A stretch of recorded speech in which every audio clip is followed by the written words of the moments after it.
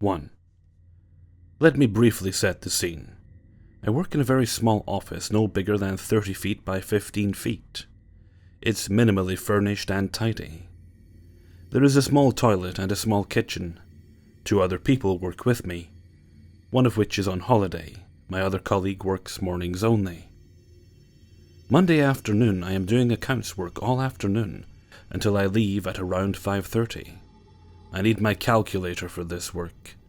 A fairly large Canon one, which I really love, sadly enough, and use it right up until I leave. I'm engrossed in what I'm doing, so the only times I leave my desk all afternoon are to go to the toilet and to make a couple of drinks. I lock up the office when I leave, as I'm on my own, and take nothing with me other than my phone, wallet, and keys. I don't use a bag, briefcase, or anything like that. My calculator is too big to fit in my pocket, and besides, I have absolutely no need to take it home with me. I don't do any work at home. My desk is left clear and tidy, save for a couple of pens, my calculator, and some printouts. Tuesday morning, I am first into work, so unlock the office. I usually arrive just before my colleagues. Sat down to work at my desk and my calculator is gone. Expecting to find it somewhere obvious, I check my desk drawers and shelving unit, before retracing my steps to the toilet, kitchen, etc. My colleague, who doesn't use a calculator in her work, then helps me turn the office upside down. I literally open every file in the office, even ones I obviously wasn't working with, check every cupboard, drawer, under every desk, backs of drawers, you name it. I check the bins, I check the shredder, the recycling unit. Christ, I even looked in the bleeding fridge and microwave. That night I checked my car and my house. To say I did a thorough search doesn't even cut it. The frigging thing has just vanished. Nobody else other than my second colleague on holiday in Cornwall still verified, and the cleaner only comes in at weekends to empty the bins, etc., has keys to the office. I can't stress how much this is affecting me right now. It's goddamn weird and I simply cannot explain it. I also can't stress how certain I am that the calculator was on my desk when I left work the night before. Where are you? Quick update. 72 hours now and still no sign. My colleague knows it's been bugging the hell out of me, and I'm probably annoying her quite a bit, as I keep banging on about it. So she helped me turn the office upside down this morning. Every single file off the shelf, every drawer opened, etc. Literally looked like the place had been ransacked. Nothing. I've decided to set up a small hidden camera that I use for home security already over the weekend to see if the cleaner randomly took it, as suggested below, and decides to pop it back on my desk like nothing happened. If she does, I'll have some humorous footage to share with you all come Monday morning. 2. This is a big story that actually starts with family ties and reaches its climax with a death.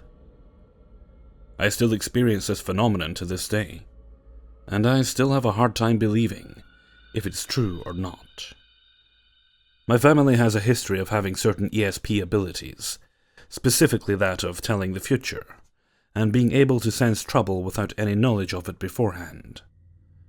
Case in point, back in the 80s, a decade before I was born, my father was in a bike accident where he was hit by a car and ended up in hospital. My grandmother, however, before being called by the hospital or my father, was called by my great-aunt Fritz. The name just sounds like someone with ESP. Who told her that something was wrong with Ray, my father, and that she needed to check up on him. Not long after that, she got the phone call from the hospital telling her that my father had been injured. He was okay in the end, but was still hurt pretty badly. This wasn't the only instance of my Aunt Fritz being able to use those abilities, but I don't know any more stories on hand. Not only her, but I've heard stories of other family members having these sorts of abilities as well, and it definitely passed on to me. I have had the ability to, as I call it, predict the future. I call it prediction because I can't just go into my mind and see, well, on the 3rd of August I'm going to break a leg or anything easy like that. Instead, it comes to me from nowhere and is just a thought in my mind. No warning, no reasoning, and no explanation.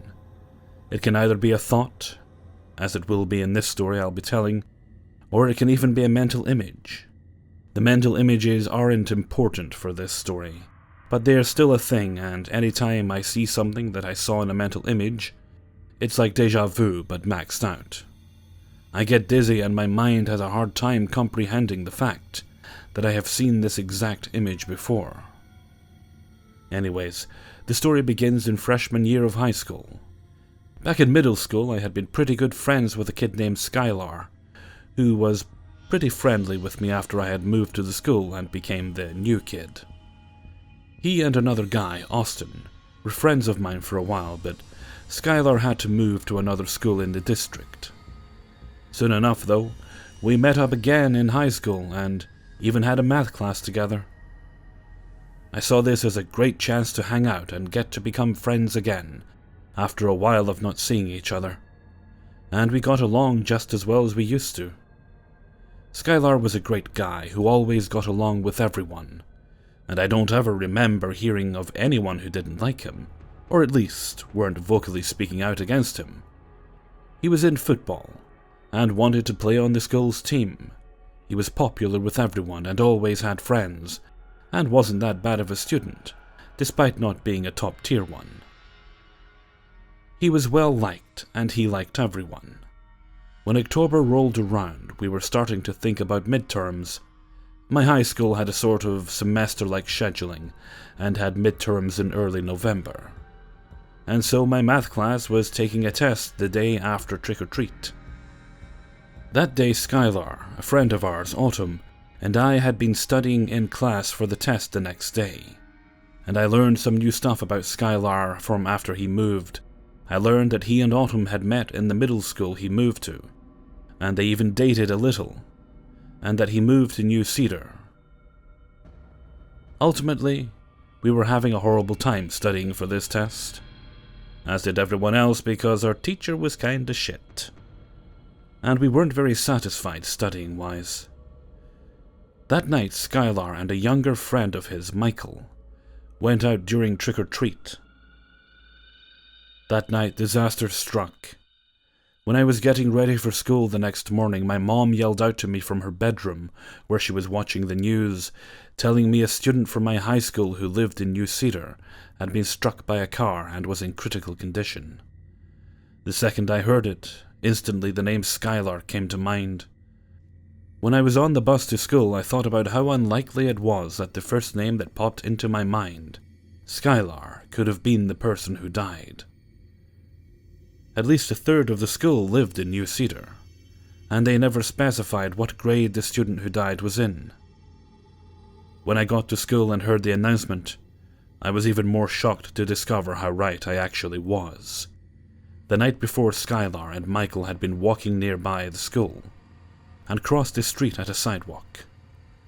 They weren't necessarily wearing bright clothing, but they were crossing at a crosswalk, which makes it even sadder when a car came by and hit Skylar and Michael. The exact details of the accident still aren't clear to me, even after 5 years, but what is known is that Michael was injured, but okay other than that. But Skylar had been in a coma.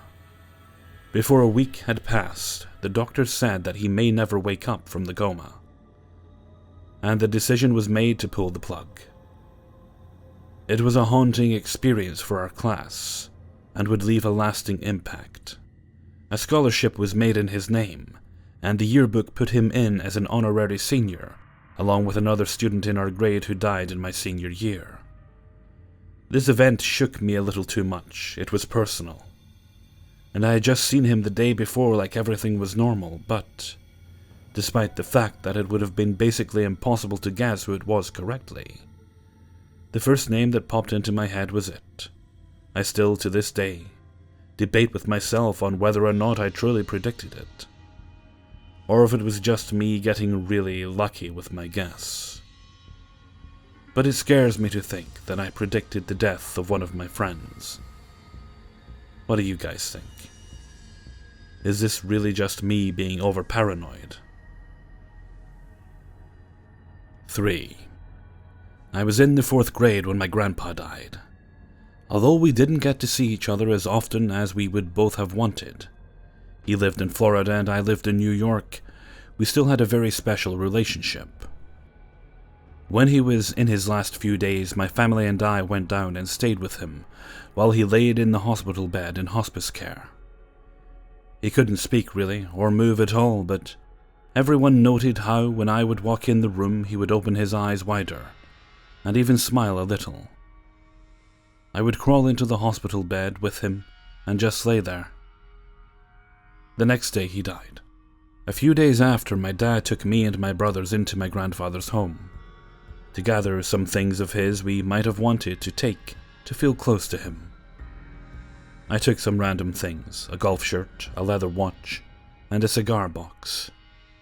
Some weird things happened that day in that house that I'll talk about in another post. Anyways, a few weeks later, 2 of my friends came over after dance class. My mom was sitting at the kitchen counter and reading a magazine. My friends and I grabbed a snack from the kitchen and walked out to go to my room. I glanced at the microwave timer and it said 5:13. We went into my room and started to watch TV. I took my grandpa's watch out of the cigar box next to the TV and began to play with it, twisting the little things on the side that allows you to move the hands on the watch. After 2 episodes of Zack and Cody, I think, or it may have been Hannah Montana, my friends went back downstairs to get drinks, passing the same microwave. The time once again read 5:13. I pointed out to my friends and we all begin to freak out a little. I quickly tell my mom and she just laughs, thinking we're making it up. She tells me I just walked out of the kitchen a minute before, but me and my friends both know we had been in my room for over an hour, watching 2 episodes. To this day, me and my friends will occasionally bring it up, and just laugh about it, saying how weird it was.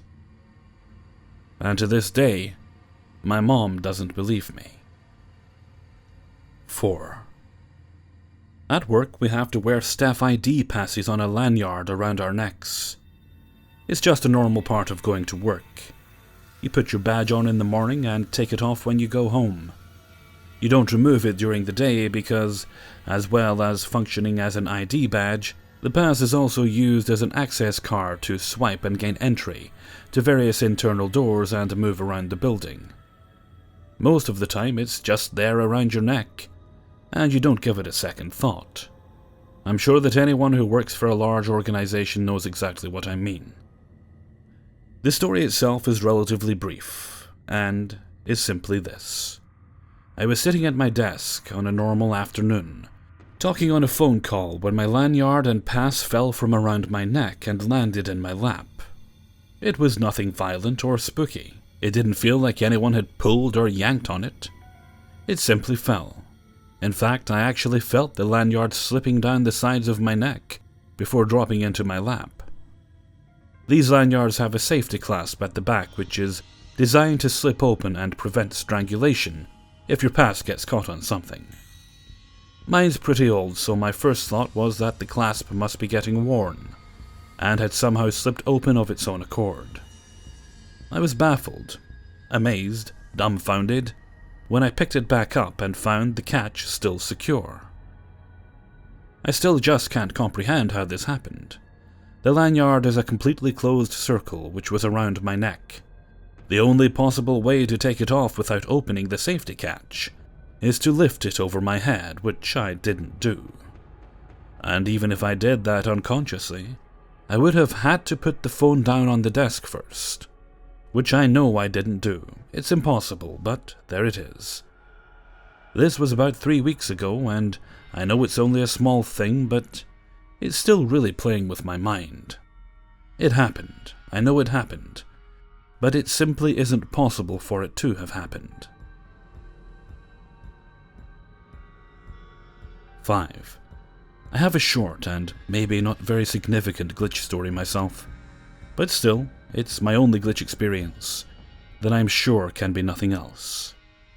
I was so grateful and relieved when I came across the glitch concept, because it gave me some kind of context to put this experience in. Feels good knowing this is a thing, and that a lot of people experience it. This was 1997, yep, last century.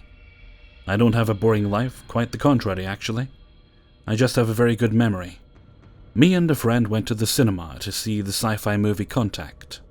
In this movie, the extraterrestrials make contact by transmitting back the very first TV transmission ever sent from Earth, which happens to be a speech by Hitler. I think it was the opening speech for the Olympics 1936.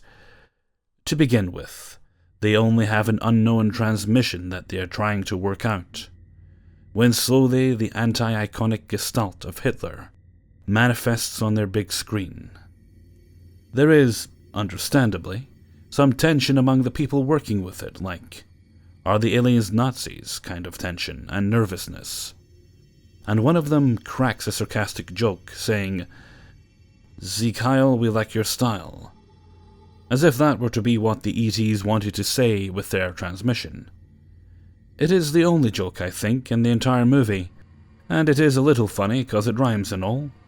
Both me and my friend chuckle a bit, as well as a lot of people in the audience.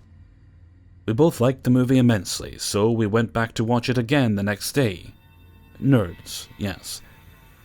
When the Hitler revealing scene screened this time, though, there was no rhyme. The line this time was, "Sieg Heil, you're our kind of people." It definitely doesn't have the same oomph to it. I really liked the first version better. Anyway, me and my friend looked in surprise to each other, so I knew instantly he had heard the same as me and was confused. And after the movie, we confirmed this with each other. We were totally stunned, talking like crazy about this for days, trying to work out theories. None of us had access to the internet at the time, so we couldn't check anything up. Yes, we could have asked the cinema, but I think we both felt too awkward about that, at least I did. I was awkward about everything back then, at least if it involved speaking to people. The only theory we could even half-heartedly accept was one where the scene had been recorded in two versions, and that the producers had settled on releasing the less controversial but more lame version. Only that somehow a rogue copy of the unreleased version had made it all the way to a small cinema in a really small city in a not very big Scandinavian country, only to be withdrawn again the next day. None of us ever liked this explanation. Way too complicated and unlikely. Wonderful knowing now that it was all just a plain old glitch. By the way, when internet came along, me as well as my friend have from time to time looked into this thing. We don't speak very often anymore, but when we do, maybe once every third year or so, we usually bring it up to see if the other one has found anything. But next time I will tell him that it was just a glitch. Problem solved. Yeah. I have searched the "Sieg Heil, we like your style" line many times, and found nothing. But when I've done the same with the "Sieg Heil, you're our kind of people" line, I have realized that even this lame and innocent line apparently managed to be controversial. That they actually got shit for it. People don't choose their battles well, I guess. I suspect that they were considering using the rhyming version, but thought better of it. Only that the audience on this particular screening happened to slip into a reality where they went bolder. Hey everyone, Hellfreezer here, and thank you very much for listening to 5 True Glitch in the Matrix Stories, number 42. Big thanks to everybody who allowed me to use their stories in this video. I did look into it myself. I know everyone's all upset that Hitler was their first ambassador in space, but yeah, there doesn't seem to be any information contradicting that the second line the author of the story mentioned was seemingly the only line. Although it is very likely that they did alternate takes of that scene, alternate readings of a line, alternate lines. It's pretty much standard practice, especially these days. Not so much back in the 90s, but definitely these days. you'll find, for example, the movie Captain America, or rather, it might have been the second movie. I think it was actually the second movie, Captain America 2, where he's looking at a list of things he's missed and things he's got to catch up on. And depending on which country you were in, that list will in fact be different. It'll contain different things. Then there was, I believe, Zootopia. There was a news reading scene. And depending on what country you were in, the animals would vary, depending on the country. China had a panda in one of them. I believe Australia had a koala. And it would vary depending on whereabouts in the world it was released. In the film Inside Out, I believe one of the characters was watching football, or what our American friends would call soccer, but in America that scene was actually changed from soccer to hockey, because hockey is more popular than soccer in the US. And I really could go on and on, but suffice it to say there are a lot of different takes done, and different scenes tailored for various countries and things like that, but it's very unlikely that there'd be two separate versions of one movie for one cinema. Okay, and I think we'll wrap it up there. So until next time, thank you very much for listening, and take very good care of yourselves.